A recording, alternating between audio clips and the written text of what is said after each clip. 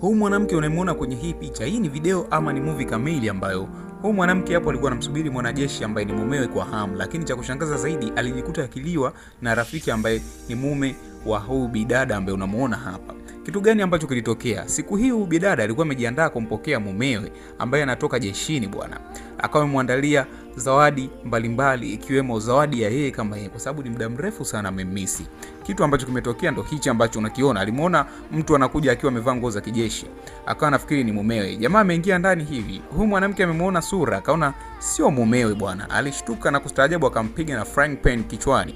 Baada ya kumpiga kichwani na frying pan, huyu jamaa akawa amemwambia kwamba mume wako amefariki na alinipa picha hii nikuletee, na alinipa ahadi moja hivi ambayo inatakiwa nikujuze sasa hivi. Huyu mwanamke alilia sana, lakini baadaye wakati anaendelea kulia, huyu jamaa akaona ana pete katika kidole chake, akawa amemvua, akamuuliza kwa nini unachukua kwa nini unachukua pete ya mume wangu? Ndipo mwanamke akamwambia mume wako kabla hajafariki alisema nikuoe ama niwe mlisi wake na nihakikishe naishi na wewe vyema. Huyu mwanamke alienda bafuni huko akalia sana. Amelia sana akawa amepitiliza. Baada ya hapo akaanza kupiga gambe bwana, ni mitungi.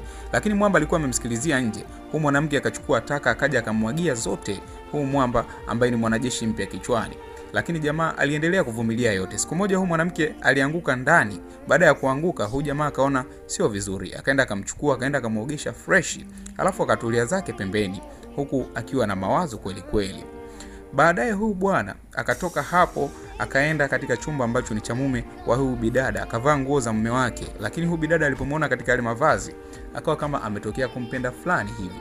Ndipo mahusiano yao yakaanza hapo, na hii ilikuwa ni ndani ya siku 3 tu, ndugu mtazamaji. Baada ya hapo ndipo wakawa wanafanya mambo hayo ambayo unayaona hapo. Yaani sasa imefika hatua ambayo wamekuwa wapenzi, wanaosha vyombo pamoja, wana spend maisha pamoja kama hivyo na baskeri. Ndipo ikawa imeendelea hivyo, penzi lao likadumu. Jamaa anamletea maua, wanafurahi kweli kweli. Akawa amesahau kabisa kuhusu maumivu ya mumeo.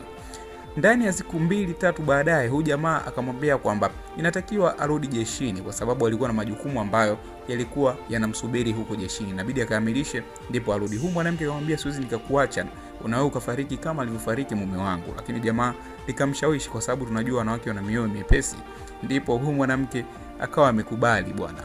Ili jamaa likajiandaa, likawa linataka sasa kuondoka ama alikawa linarudi jeshini bwana. Huyu mwanamke alikubali kwa sababu alikuwa hana namna, na hayo ni majukumu ya kijeshi, maana yake ni vitu ambavyo vinatoka na oda. Ndipo akawa amemruhusu jamaa aondoke. Wakati jamaa akamwaga huyu mwanamke na akasema atarudi akiwa uko salama. Wakati anaondoka hivi, kumbe huyu mwanaume ambaye ndio mume halisi wa huyu bidada alikuwa hajafariki wala nini. Jamaa linaondoka tu hivi, huyu mwanamke ambaye ndio mume wake halisi akawa amefungua mlango na kurudi nyumbani. Vipi?